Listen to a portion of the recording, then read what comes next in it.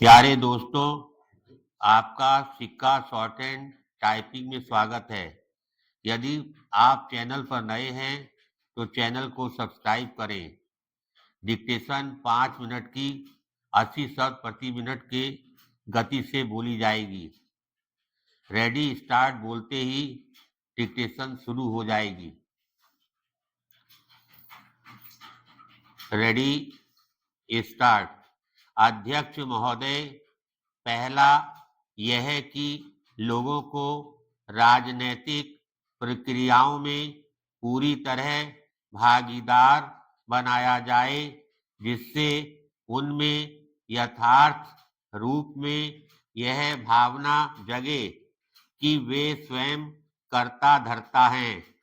दूसरा यह कि अपनी आर्थिक शक्ति का ऐसे ढंग से निर्माण करना जिससे हम राष्ट्रीय स्वाधीनता और अखंडता के लिए आने वाली हर चुनौती का सामना करने में समर्थ हों तथा एक जमाने से चली आ रही गरीबी और समानता की समस्याओं से लोहा ले सके।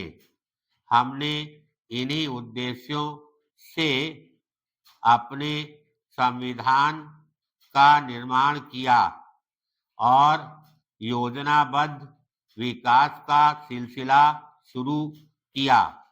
स्वयं संविधान में इन दोनों प्रेरणाओं की अभिव्यक्ति है।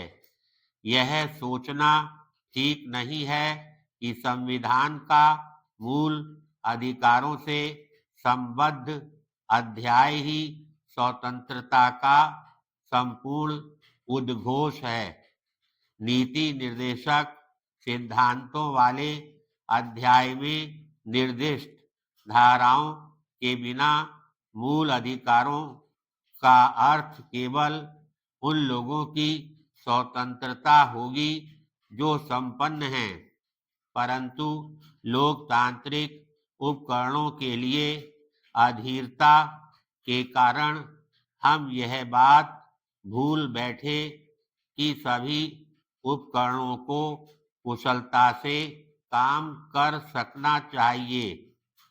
हमने अनेक उपकरणों को राष्ट्र की समग्र आवश्यकताओं का ध्यान रखे बिना मनमाने ढंग से काम करने की अनुमति दे दी।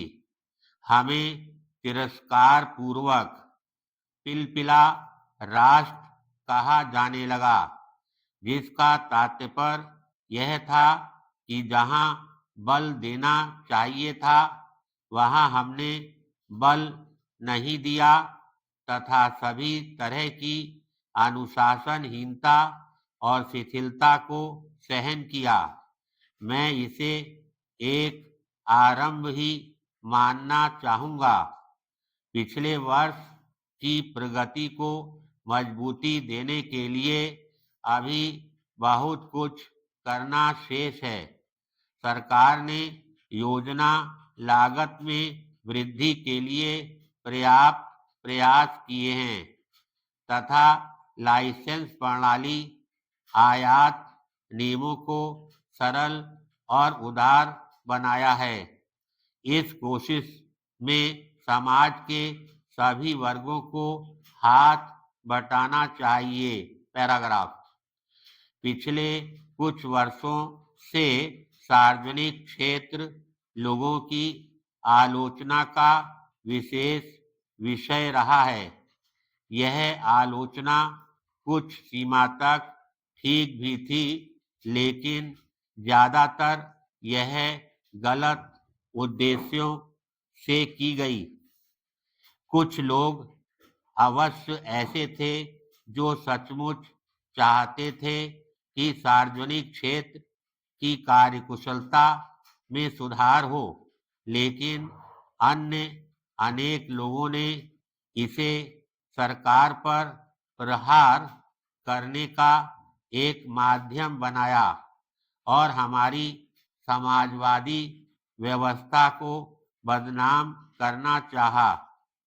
पिछले वर्षों में हमने कुछ ऐसे उपाय किए हैं जिनके कारण सार्वजनिक क्षेत्र की गाड़ी अब ठीक से पटरी पर चलने लगी है।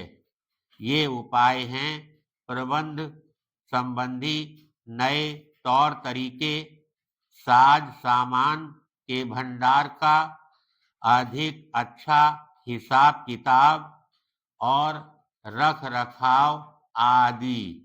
धन्यवाद।